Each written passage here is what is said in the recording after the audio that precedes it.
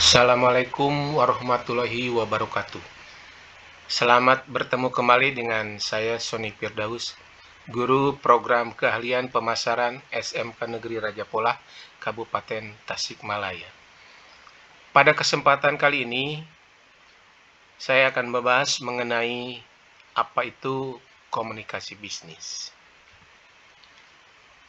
Komunikasi bisnis merupakan salah satu hal yang penting dalam menjalankan suatu bisnis atau perusahaan. Komunikasi ini bisa diartikan sebagai suatu komunikasi yang dilakukan secara verbal maupun non-verbal, di mana dalam komunikasi ini berisi pendapat, ide, gagasan, maupun informasi.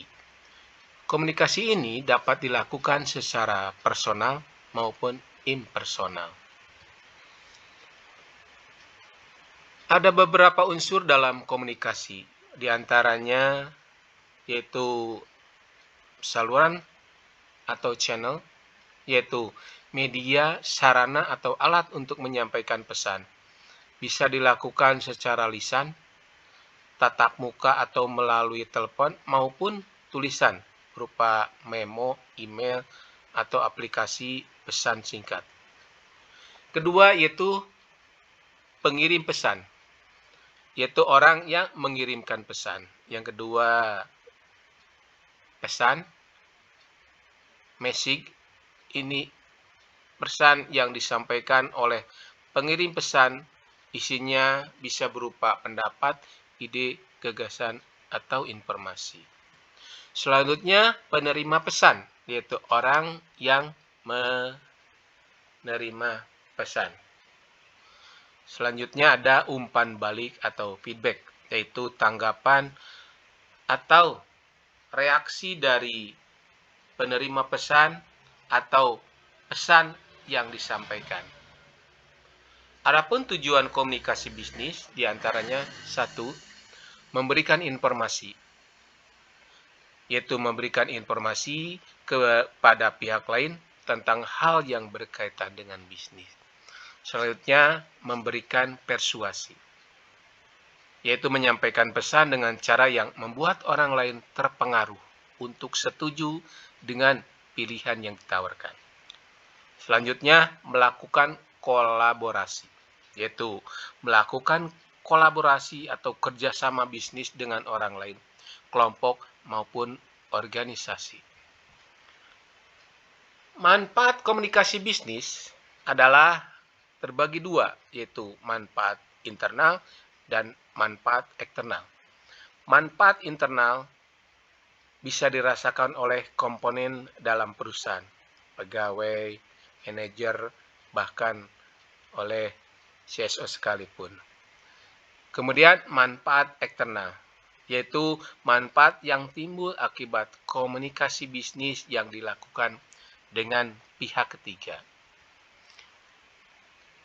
Jenis-jenis komunikasi bisnis terdiri dari 1.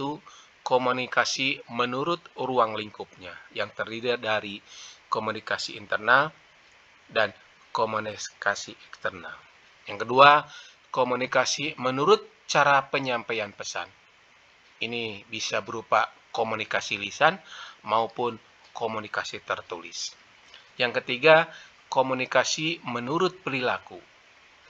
Terdiri dari komunikasi formal, komunikasi informal, dan yang ketiga, komunikasi non-formal. Selanjutnya, komunikasi menurut jaringan kerja. Bisa berupa komunikasi jaringan rantai, bisa juga merupakan komunikasi jaringan lingkaran, bisa juga komunikasi jaringan bintang. Baik, kita lihat komunikasi menurut cara penyampaiannya. Yang pertama, komunikasi lisan. Dilakukan dengan mengucapkan pesan secara langsung kepada lawan bicaranya. Bisa juga dilakukan secara tidak langsung, yaitu melalui sambungan telepon. Selanjutnya, ada komunikasi tertulis.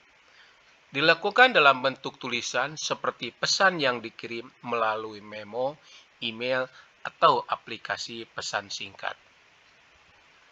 Kemudian, komunikasi menurut jaringannya terdiri dari 3. Pertama, komunikasi jaringan rantai. Terjadi menurut saluran hierarki organisasi dan jaringan komando. Yang kedua, komunikasi jaringan lingkaran. Terjadi melalui saluran komunikasi yang berbentuk seperti lingkaran. Yang ketiga, komunikasi jaringan bintang. Melibatkan semua anggota dalam berkomunikasi sehingga antara satu anggota dengan anggota lainnya mendapat feedback yang cepat. Pola komunikasi ini berbentuk seperti bintang. Demikian informasi yang bisa saya sampaikan tentang komunikasi bisnis. Semoga bermanfaat bagi kita semua. Terima kasih. Assalamualaikum warahmatullahi wabarakatuh.